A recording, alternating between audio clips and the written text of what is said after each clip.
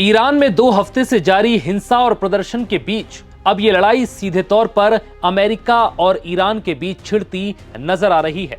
अब ईरान ने अमेरिका और इजराइल को सीधे धमकी दे दी है और ये साफ कर दिया कि अगर अमेरिका और इजराइल की तरफ से किसी भी तरह की कार्रवाई हुई तो ईरान उनके मिलिट्री बेस पर हमला करेगा। बता दें कि ईरान में महंगाई और डूबती अर्थव्यवस्था को लेकर खामेनेई सरकार के खिलाफ सड़कों पर उतरे लोगों से निपटने के लिए सुरक्षा कर्मी सीधे फायरिंग कर रहे हैं। हालात ऐसे हैं कि अब तक करीब 217 प्रदर्शनकारियों की मौत होने का दावा किया जा रहा है। ट्रंप ने पहले ही खामेनेई को सीधे धमकी दी थी कि अगर ईरान ने प्रदर्शनकारियों पर गोली चलाई तो अमेरिका इसका जवाब देगा। सूत्रों के हवाले से यह भी खबर है कि अमेरिकी सेना ने हमले की प्लानिंग की डिटेल अमेरिकी राष्ट्रपति ट्रंप को सौंप दी है। बस अब इजाजत का इंतजार है। ऐसी खबरों के बीच ईरान ने भी पूरी दमखम के साथ अमेरिका को अब चेतावनी दे डाली। न सिर्फ अमेरिका बल्कि इजराइल को 2 टूक में समझा दिया कि अगर उसके देश के अंदरूनी मामले में किसी भी तरह का दखल दिया या कोई सैन्य कार्रवाई की तो इसका अंजाम बहुत बुरा होगा। ईरान ने सीधे तौर पर कह दिया कि अमेरिका और इजराइल ने गुस्ताखी की तो हमले का जवाब भी तुम्हारे मिलिट्री बेस पर हमले के साथ दिया जाएगा। यही वजह है कि इजराइल भी अब अलर्ट हो गया। इजरायली सूत्रों का दावा है कि किसी भी अमेरिकी दखल की आशंका को देखते हुए इजराइल हाई अलर्ट पर है। अमेरिकी हमले की आशंका के बीच ईरानी संसद के स्पीकर मोहम्मद बाकिर कालीबाफ ने भी खुली चेतावनी दी है। उन्होंने कहा कि अगर ईरान पर हमला हुआ तो इजराइल और अमेरिका के सैन्य अड्डे और युद्धपोत हमारे निशाने पर होंगे।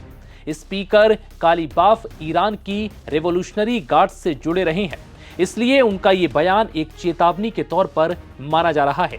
ईरान इस वक्त 2022 के बाद सबसे बड़े सरकार विरोधी प्रदर्शनों का सामना कर रहा है, जिसकी वजह बढ़ती महंगाई और तेजी से गिरती अर्थव्यवस्था है।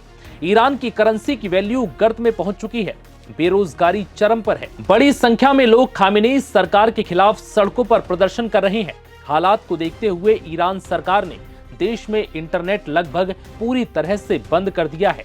इंटरनेट मॉनिटरिंग संस्था नेट ब्लॉक्स के मुताबिक ईरान में इंटरनेट कनेक्टिविटी सामान्य स्तर के सिर्फ 1% पर है। इसके बावजूद सोशल मीडिया पर कुछ वीडियो सामने आए हैं जिनमें तेहरान के इलाकों में लोग रात के समय विरोध प्रदर्शन करते देखे गए। ईरानी सरकार का आरोप है कि इस हिंसक और भड़काऊ प्रदर्शन के पीछे अमेरिका की साजिश है और वो ईरान में तख्ता पलटकर ईरान की सत्ता ऐसे शख्स के हाथ में सौंपना चाहता है जो उसके इशारे पर चले। वहीं अमेरिकी राष्ट्रपति ट्रंप लगातार ईरान की सरकार को चेतावनी दे रहे हैं। ट्रंप ने अपने सोशल मीडिया पर लिखा, ईरान पहले से कहीं ज्यादा आजादी के करीब है और अमेरिका उसकी मदद के लिए तैयार है। ट्रंप ने चेतावनी दी है कि अगर ईरान ने प्रदर्शनकारियों पर बल प्रयोग किया तो अमेरिका इसका जवाब देगा। वहीं ईरानी राष्ट्रपति ने भी आरोप लगाया कि अमेरिका और इजराइल ईरान में दंगा भड़काने की कोशिश कर रहे हैं। उन्होंने आम नागरिकों से दंगाइयों से दूर रहने की अपील की। राष्ट्रपति पेजिशकियान ने कहा कि ईरान की जनता को दंगाइयों को समाज में अशांति और अव्यवस्था फैलाने की इजाजत नहीं देनी चाहिए। अब सवाल यह है कि क्या अमेरिका वेनेजुएला की तरह ईरान पर भी हमला करेगा? क्या वाकई में ट्रंप ईरान में तख्ता पलट की तैयारी में है?